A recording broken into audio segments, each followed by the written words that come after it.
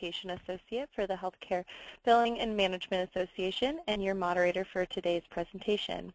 I'd like to welcome you to today's webinar, Annual HIPAA Compliance Training, Protecting from Exposure Through Contract Compliance Policy and Training, presented by Jennifer Kirschenbaum. Before we begin, I'd like to address a few housekeeping items.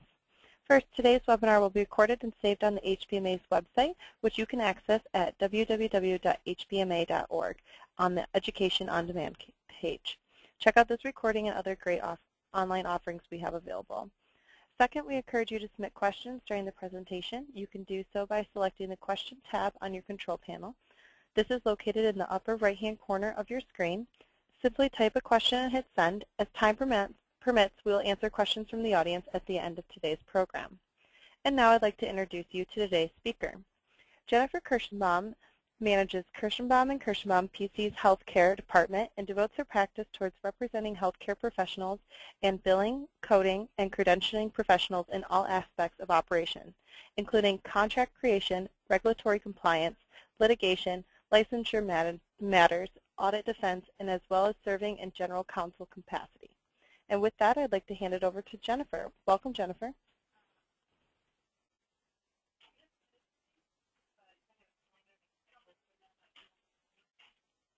Jennifer? Oh, yes. Hi. Sorry, Nicole. I am here. I had my phone on mute. I apologize.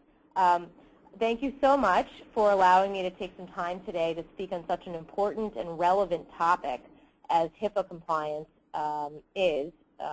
It's really getting a lot of exposure, and the government is being a lot more active in its audit activities. So I think the best thing that we can do, each of us as members of companies and owners of companies, is to educate ourselves and to get into place proper compliance to ensure that we are protecting ourselves from potential exposure.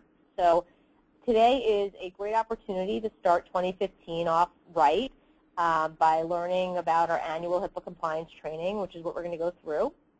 Before I get started, just to expound upon my bio, that way you know what to ask me about during this presentation and in the future. I am a healthcare attorney, and we have approximately 20 lawyers at our firm, 5 of whom specialize with me in the healthcare department. And we represent healthcare practitioners and those in the field supporting healthcare practitioners. So we've been working with HBMA now for several years, and it is our pleasure to serve its members at discounted rates and free consults, initial free consults, I should say. And we help business associates, mainly billing and coding companies, with everything related to their operations, whether there's employment issues or contracts you need or contracts with your clients, and also compliance matters, of course, HIPAA. So any questions that you may have that come up, third-party relationships, consulting arrangements, things like that, you can feel free to always ask me, and we're happy to be of assistance. So to get started on our conversation this morning, I just want to frame it with a quick agenda. So we're going to go over HIPAA generally, so that way we're all on the same page. And then I'm going to talk about HIPAA's applicability to business associates. And then we're going to get into some protections. So I know that for many of us this is a lunch and learn. I'll try to be timely and leave some time for questions at the end. There is a lot of material here, but we'll see what we can do about getting through it expeditiously. So HIPAA, as we may know, is the Health Insurance Portability and Accountability Act, and it originally came out in 1996. Since then, it's been updated a number of times. The initial law was a privacy law, and the security and breach notification rules followed after that. In case you want to see where it is online, that's where it's codified, 45 CFR, Parts 160, 162, and 164. That's basically where it's filed away in the library. That is our federal statutes. And HIPAA basically is our federal law that requires certain players to protect individually identifiable patient health information. So what is that, individually identifiable patient information? Well, it's exactly what it sounds like. Any information that could be traced back to a person that's medically related is covered under HIPAA.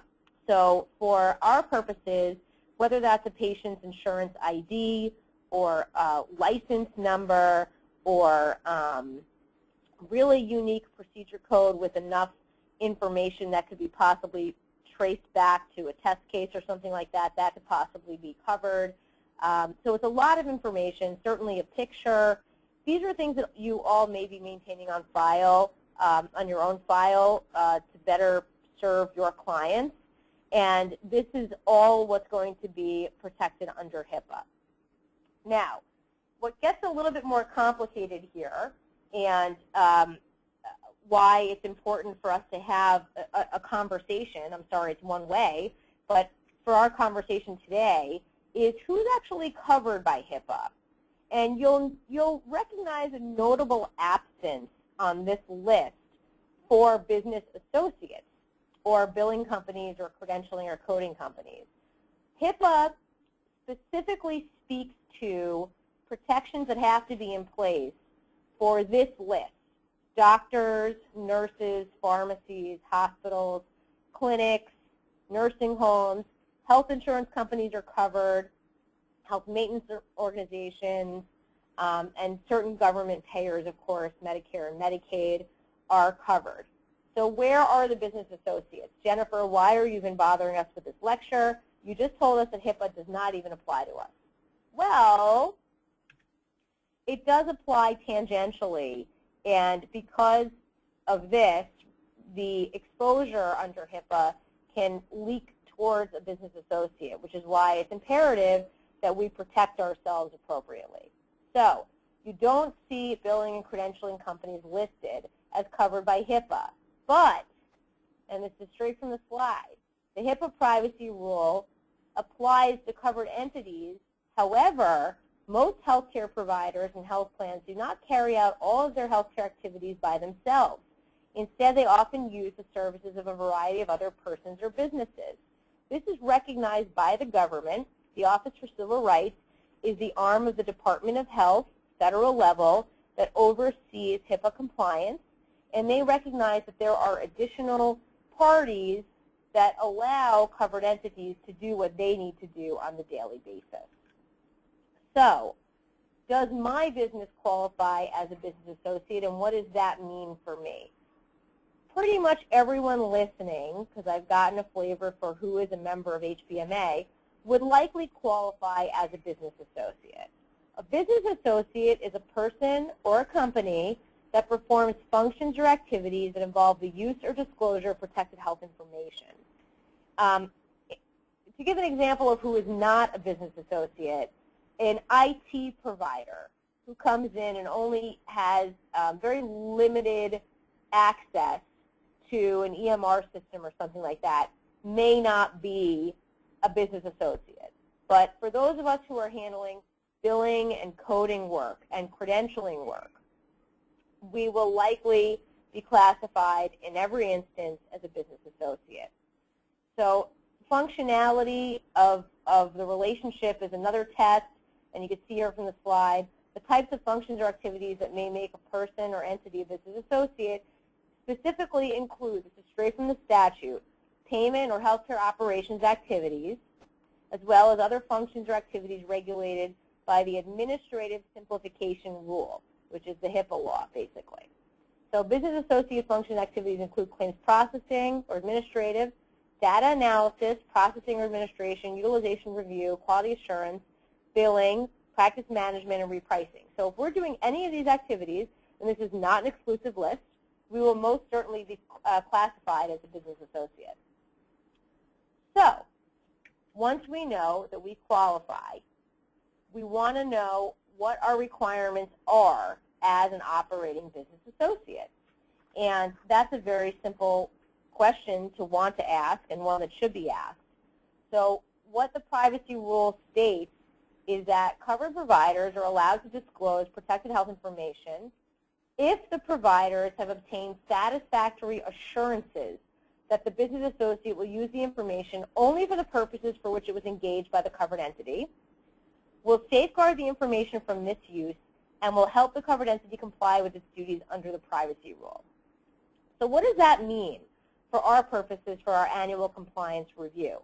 Well, what it means is that you actually are required to give these assurances as a business associate, and it's not just verbal either. You are required to show, and we'll explain why it's so important in a couple of minutes, that you do show and can show on file that you are going to be using the minimum necessary. You know, that's the term that you want to know. We use the minimum necessary information that we have on file to process claims. It's important that we do that because we have to show that we have assurances in place. And so we do that through our internal policies and procedures, and also through our contracts with our clients and our business associate agreements, which we'll get to in a minute. To show that we're safeguarding information from misuse, that also talks towards our internal policies and procedures, which we'll get to on what I recommend that you have on file to show that you will not be misusing information and you'll be safeguarding appropriately. So we're going to get to the actual tools that you should have in place to show that you are taking proper precautions. But before we do that, because that's going to be a little later on, I just want to reiterate that the covered entity should only be sending you the information that you need to carry out your functionality for them. If they're sending you over the entire patient record every time and they expect you to be doing coding for them when you're really just contracted to do billing services, you are taking on a functionality that is outside the scope of services that have been contracted for. And that is going to potentially lead to exposure, which we want to protect from. So also, I have this here, but it shouldn't need to be said, that you should not be taking patient information and selling it or using it for your own independent use or purposes that are outside of the scope of your contract with your client. Hopefully we have no one on the line doing that. That would land you in a lot of hot water. Okay, so how are business associate limits set? A covered entity is required to have a contract with any business associate. So for every client that you have, if you do not have a contract in place or business associate agreement attached to that contract, you are not in compliance with the law. And more importantly, the client that you have is not in compliance with the law because the requirement is on the client. But you'll see how the business associate could suffer from failing to have a contract in a few minutes. So the satisfactory assurances that we talked about in the prior slide are going to be put forth in the business associate agreement and very explicitly state what you're willing to take on and what you're not willing to take on as far as keeping of certain protected health information. Very important that we have that in place. So the business associate agreement generally provides the permitted and required uses of protected health information by the business associate. It will also stipulate that you as a company and a business associate will not use or further disclose the protected health information other than as permitted or required by the contract or as required by law. It will also include that you will use appropriate safeguards to prevent a use or disclosure other than as provided for by contract. Now, the Office for Civil Rights actually has a sample business associate agreement on it, which you can take for free. And it has in there all of the statutory requirements for a business associate agreement. It says, you know, how you're going to limit your use to the minimum necessary, how you're going to take proper precautions in maintenance, how if the relationship ends, you're going to be treating the protected health information. All of that's in there, and all of that's required to be in there from the statute. What that free business associate agreement does not have and does not is a major failing. And we're going to get to that now because it's very important. The HIPAA security rule, which came out in 2013, was updated and effective September 2014. Actually, I'm sorry, September 2013. It's already been a full year. The Federal Register, which is the federal promulgated publication that allows for public comment on HIPAA explicitly has a section on risk shifting. And the reason why this is so important is because it speaks to who should be financially responsible if there is an issue. And what it says is, in the Federal Register explicitly, is that parties are allowed to shift their financial risk to another party by contract. So what does that mean? It means that the HIPAA laws may speak explicitly to the physician, but the physician by contract can move through risk shifting their liability to a business associate, which is why we need to take this law very seriously, even though it does not explicitly cover the business associate. Because by contractual right, we can be financially responsible for failing to properly maintain, store, or use protected health information. So now is the point to pay attention because of what I just explained. So if you're just tuning back in, because the first couple of slides are a little boring, I understand, this is where our conversation gets more serious and why I hope you will see the purpose of today's compliance review. Again, it's the Federal Register that explicitly states that we are allowed to shift risk and that doing so to a business associate is appropriate by contract.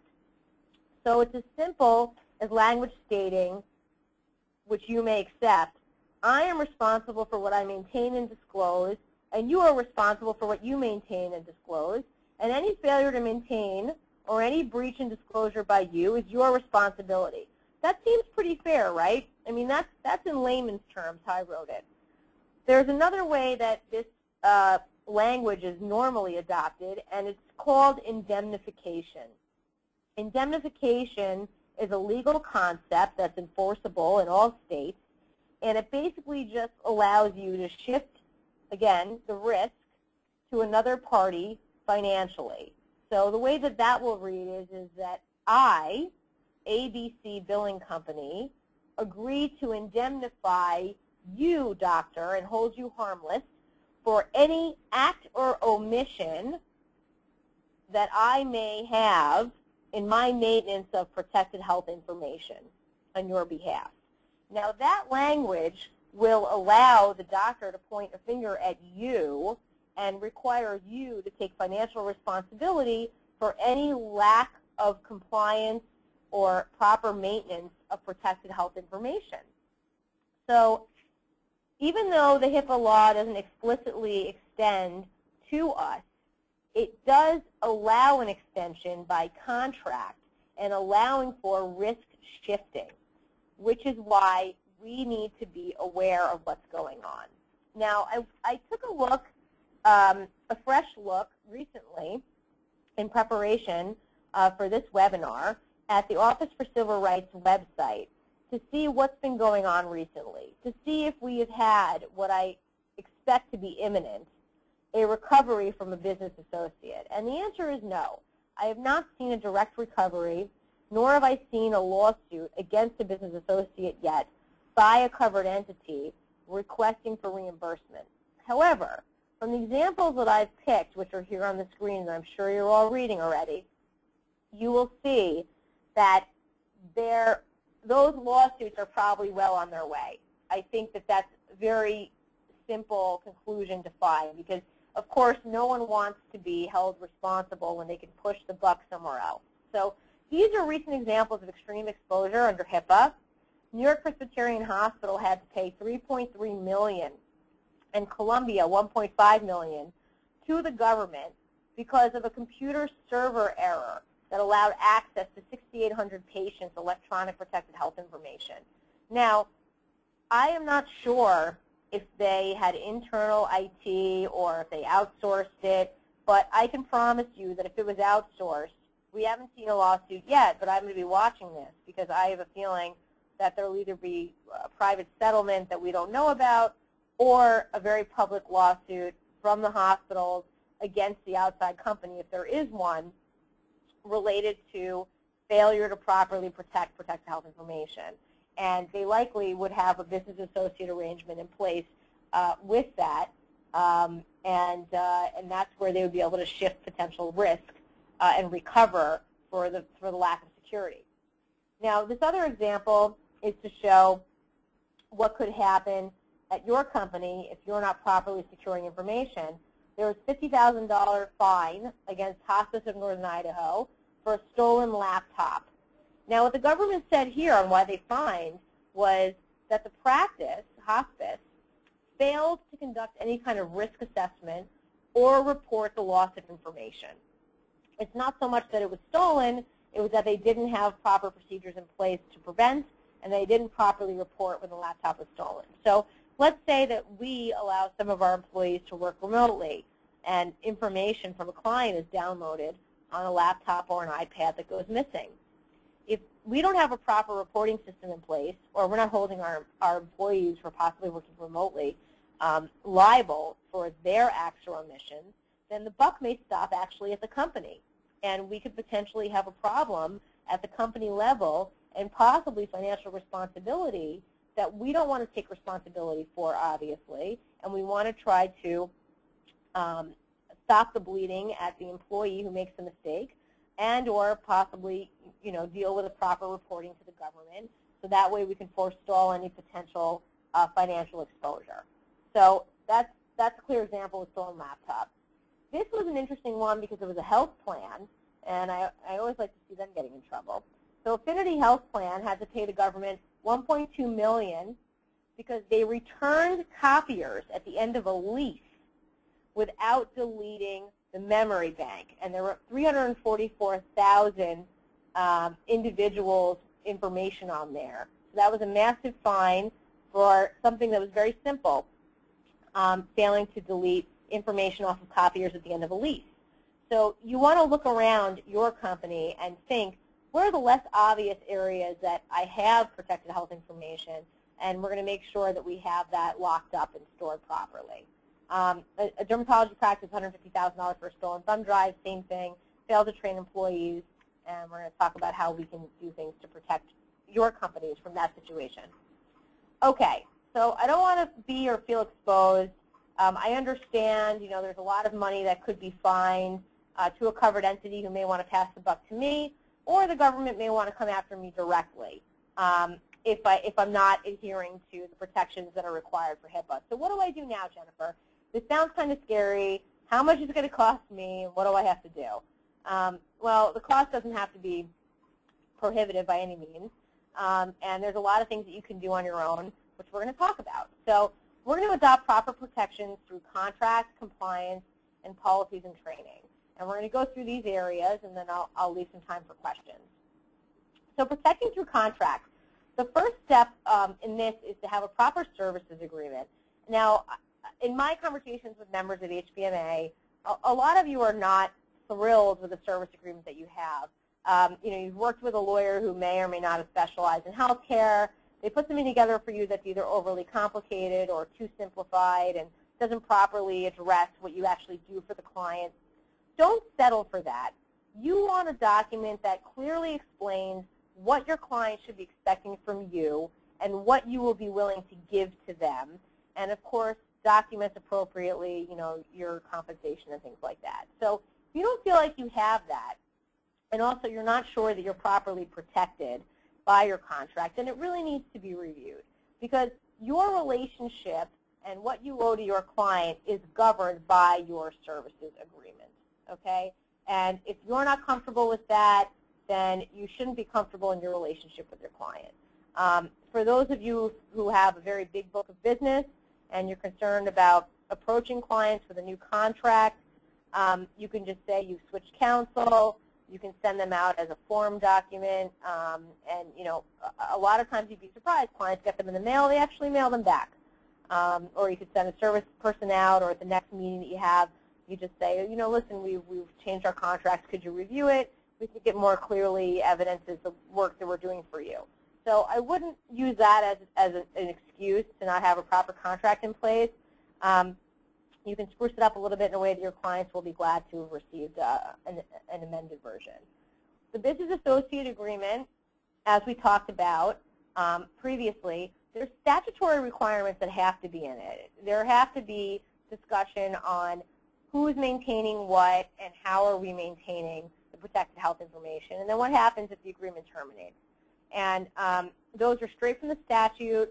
There is a free version on the Office for Civil Rights website. Again, that document does not have certain legal protections in it that I would recommend that you do adopt. We can help you with the services agreement or business associate agreement. We do have our standard contract forms on our website, which is billingcontracts.com. So you can check that out after the webinar. And to customize a full services agreement, we would talk about that with you offline. It does not have to be cost prohibitive. We can spend as much time as you'd like or as little time as you'd like and see what we can come up with. But we'll talk about that offline if anyone has any questions about the service agreements. Protecting through compliance. Covered entities are required to have a security policy in place that addresses administrative, technical, and physical safeguards for their electronic protected health information. So what does this mean? If the covered entity is required to do it, and they're allowed to pass the buck along to you as a business associate, it means that I think you should adhere to these requirements as well. So what does that mean for you? Well, it's very simple. I'm going to point you towards an online free tool that you can look towards for guidance. If you want help, of course, our firm is here to assist you. But you can do this on your own, free of cost. You can look at the Security Risk Assessment Tool. It was developed by the Office of the National Coordinator for Health Information in consultation with the Office for Civil Rights and the Office of General Counsel. And while not the end-all, be-all of the requirements, the Security Risk Assessment Tool serves as an instruction manual and suggested compliance measures for those of you that have access to protected health information. I highly recommend you utilize this as a baseline, if not your Bible, for risk assessment at your company. We're going to go through very briefly the 3 different areas. If anyone didn't catch this link, you can email me after the webinar, and I'd be happy to send you over. Just ask me to send you the Risk Assessment Tool link, and I'm happy to send that out. Okay, Security Risk Assessment Tool, Administrative Safeguards. This part of the survey, which is what this is, the Risk Assessment Tool is a survey, it contains 73 questions on administrative safeguards that they want a covered entity to have in place. So take that with a grain of salt, because we are a business associate, not a covered entity. They want to make sure that we have an internal review process to make sure that our protected health information is being kept properly, a discipline policy for employees that are not adhering to our HIPAA policies, a gatekeeper policy, which means that just because you have an employee of your company doesn't mean that that person needs the same access as somebody else. If we have someone who is doing account management versus someone who is there more as kind of internal accounting and things like that, not everyone needs to have the same access to protect the health information that's coming through the company. And that's obviously very easy to show, and you want to make sure that you are watching that. So if you have 7 employees, or if you have 100 employees, each of those individuals likely will not need the same level of access, and we want to make sure that we've locked that down electronically. You're required to have a BAA in place with all active clients, and we need to have a procedure for authorizing users and changing authorization. You'll see screening processes for employees with access. Are we doing a background check on people before we hire them? Do we have regular reviews? What can we show that we're monitoring our employees? Because at the end of the day, our weakest links are our employees, unfortunately, our biggest areas of exposure, because at the end of the day, even though we're an electronic business, we are all working with human resources, people, and their failings will unfortunately be our exposure. So we want to make sure we have proper training in place, and we can show that we have proper monitoring of the employees. So that's one area, administrative safeguards, that the Security Risk Assessment Tool goes through. And it's very, very helpful, and it'll help you identify some areas of exposure. Now, what we haven't hit on yet, but is important, is all of these policies, discipline policy, gatekeeper policy, internal review process policy, these are all based off of the concept that you're going to have an actual privacy policy in place, or HIPAA rule policy in place, which we can help you with. We have that developed. It can be very short. It can be something to basically say that you're going to be using only the minimum necessary information to process. This is what your company does, and you're going to adhere to this. And it doesn't have to be some 27-page policy. It can be something that's easily explainable, and you can provide to your clients and show that yes, you are taking steps to be HIPAA compliant. So we can talk about that also. Technical safeguards. This is pretty simple. It's exactly what it sounds like.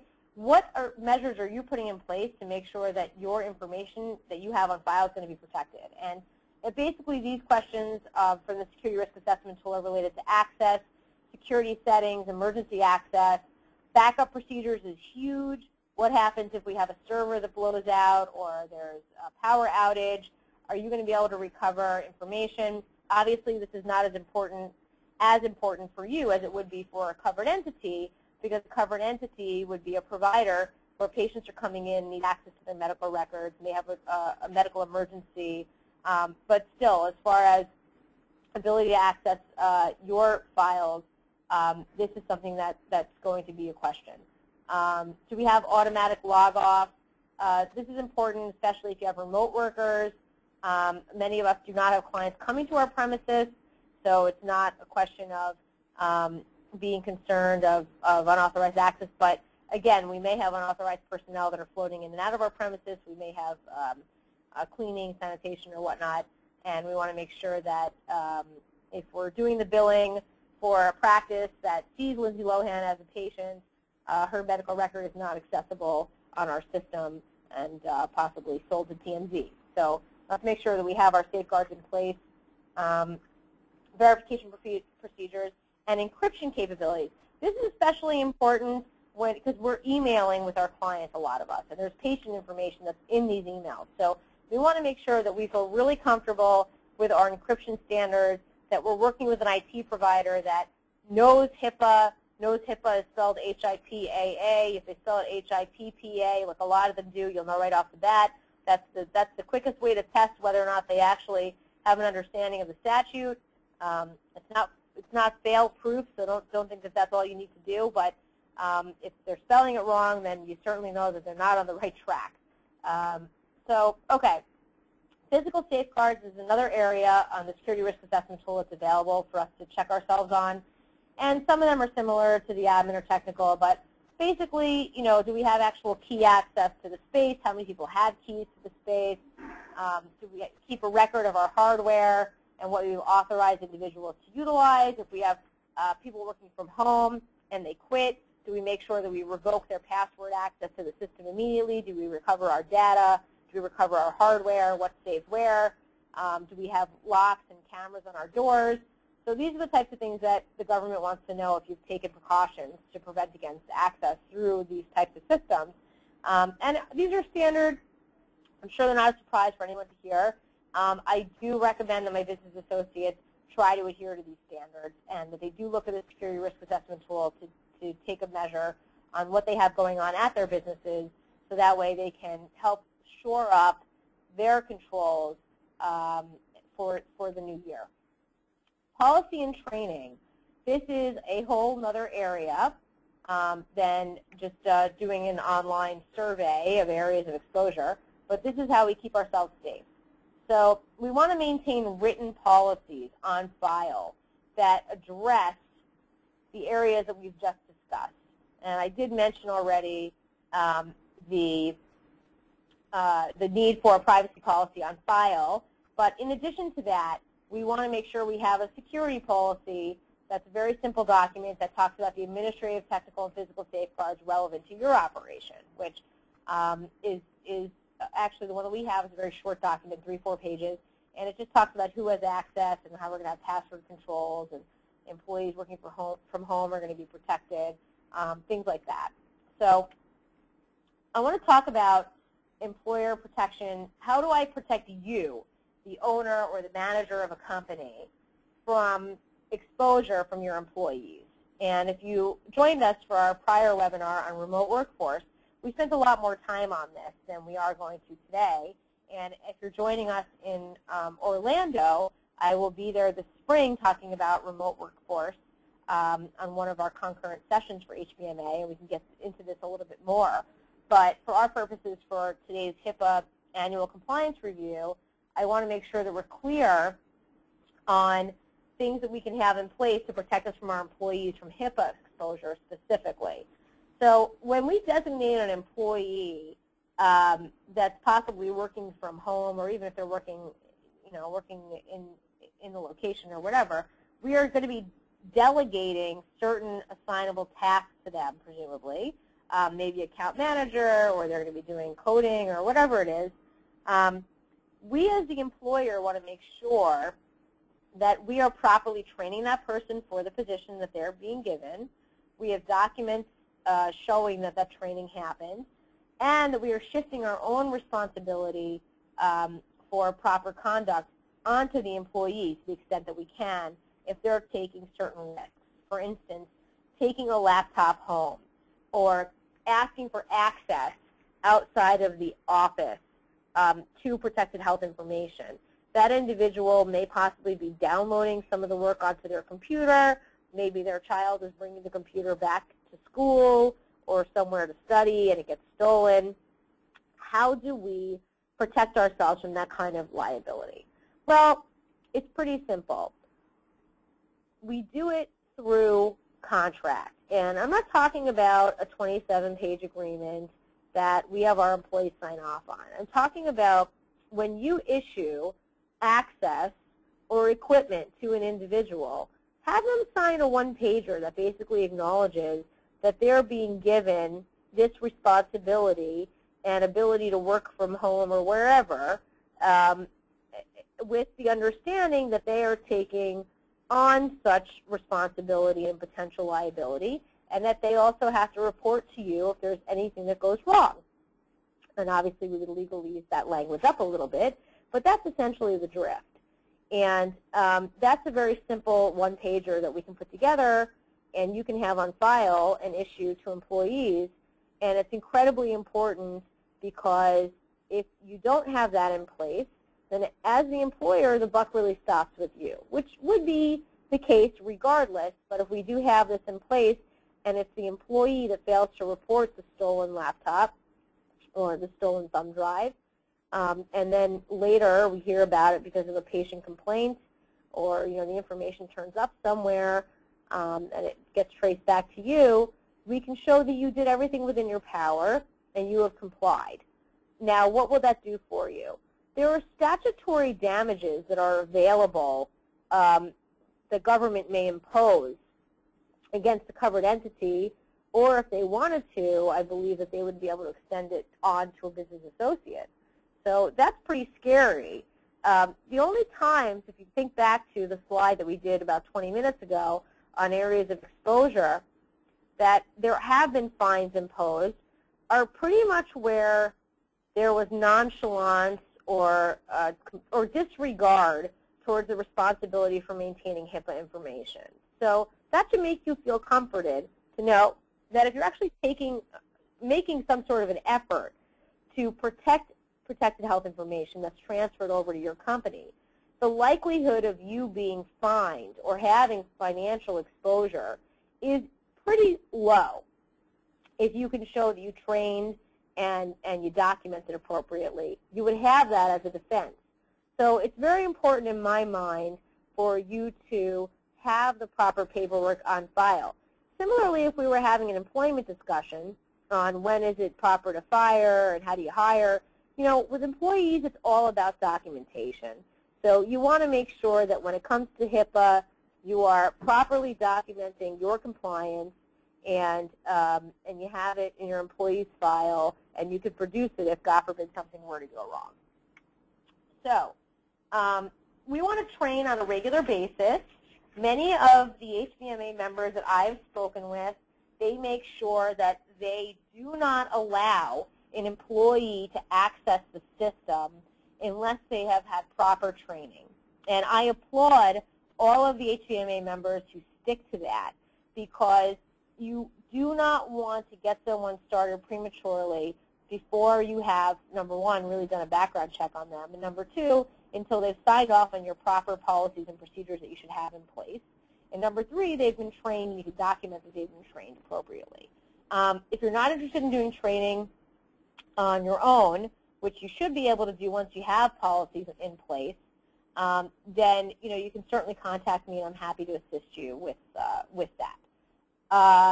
The policies and procedures that we do need to have on file, in addition to the ones that we've gone through, is you should have an employee handbook.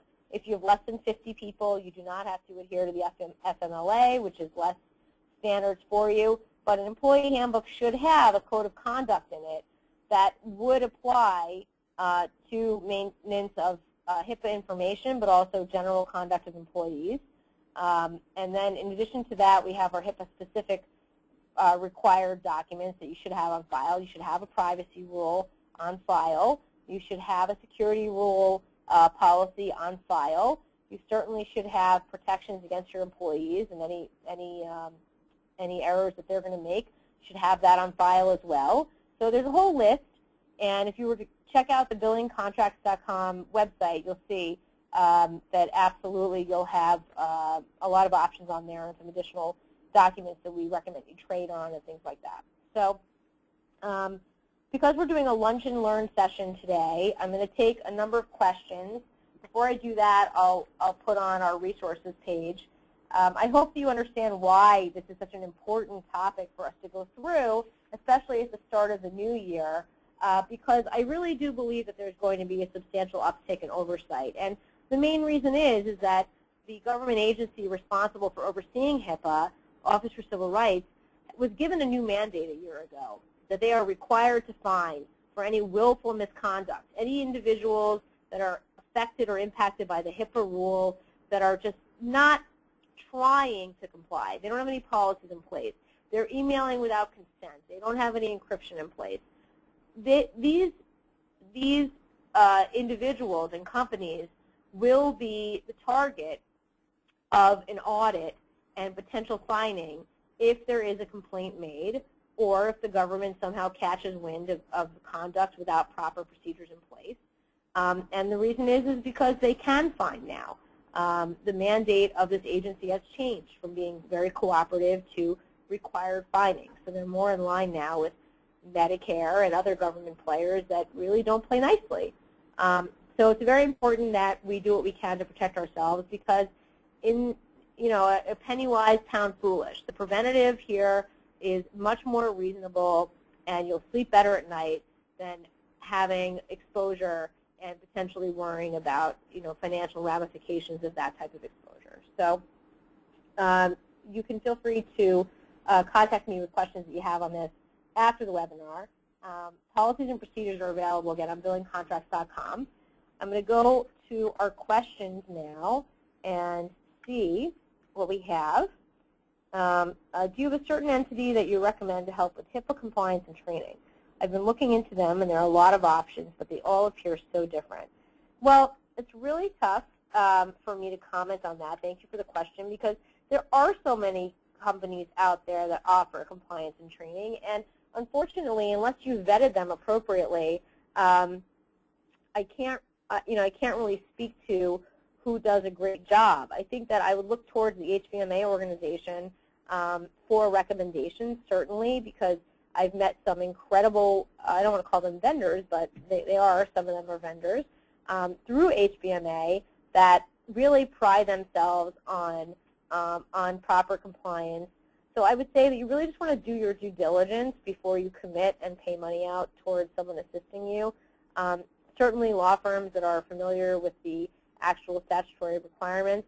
I would recommend that if you're looking to bring someone in, it's tough to find the right mix, but certainly you want IT support and the ability to confirm that your electronic systems are in compliance with the HIPAA requirements.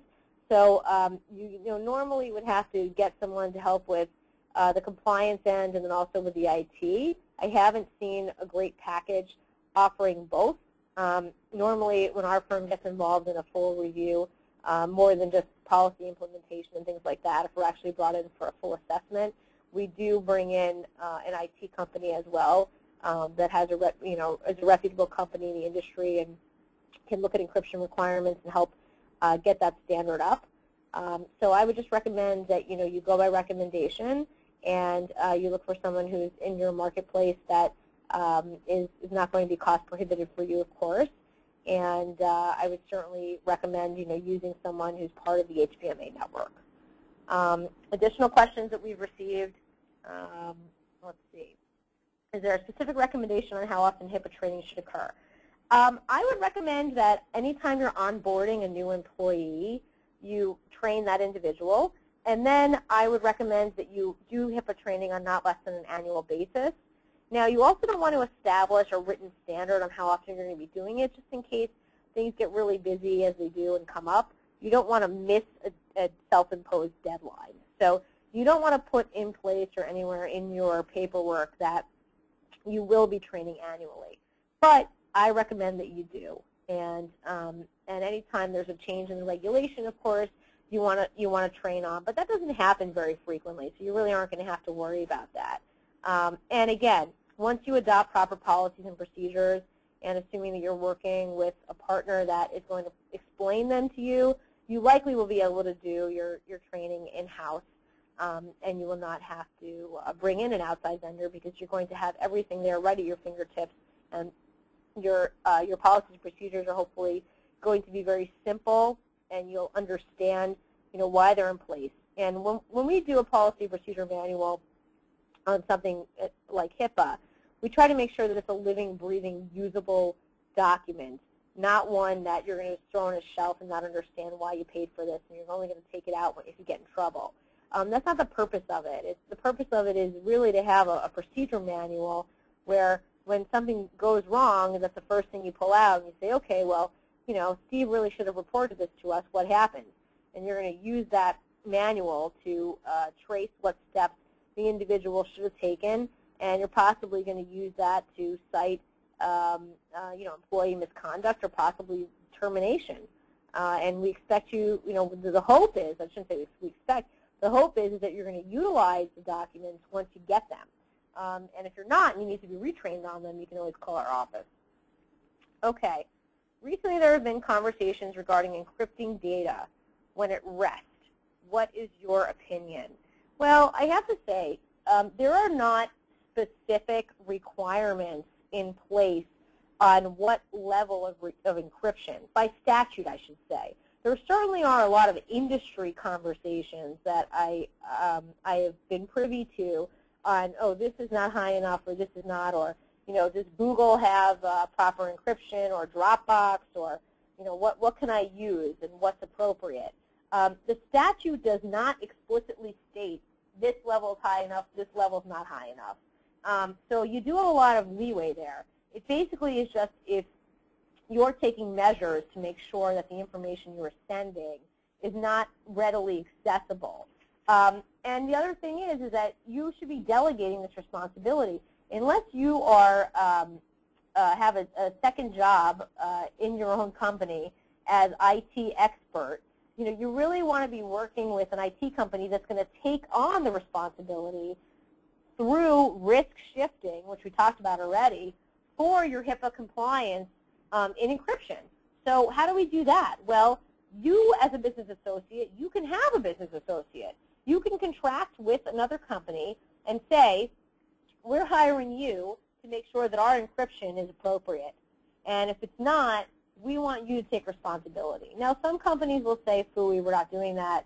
That's too much risk. That's not what we're here for. But some companies will do that. They will say, look, we want your business. We are representing ourselves as a HIPAA-compliant company, and we will agree that the encryption, once it's in place that you've paid us for, will protect you. And if you can find that company and work with them, that's going to keep you the safest, because you're not the one who's really capable of confirming that you're using quote-unquote good enough encryption. a lot of questions that I've received also are related to emailing.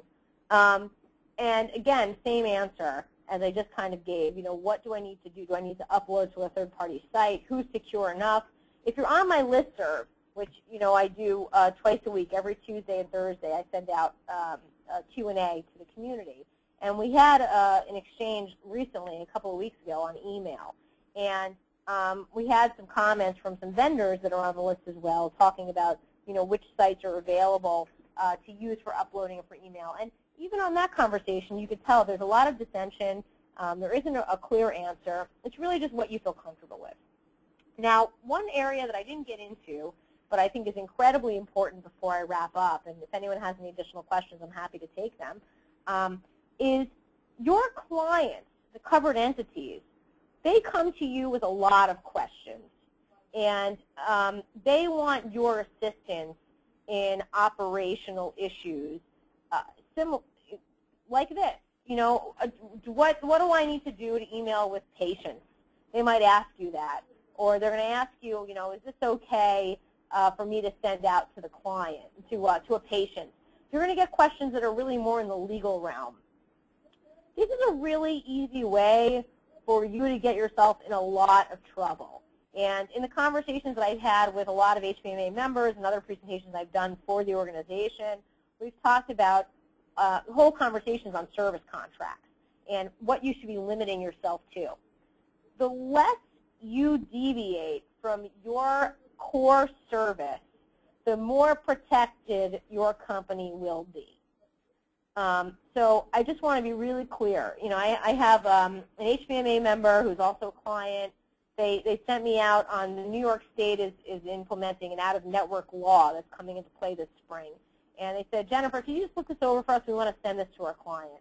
And I understand they're trying to do a service to their client base, but they're sending out a notification of a law that's going to be changing.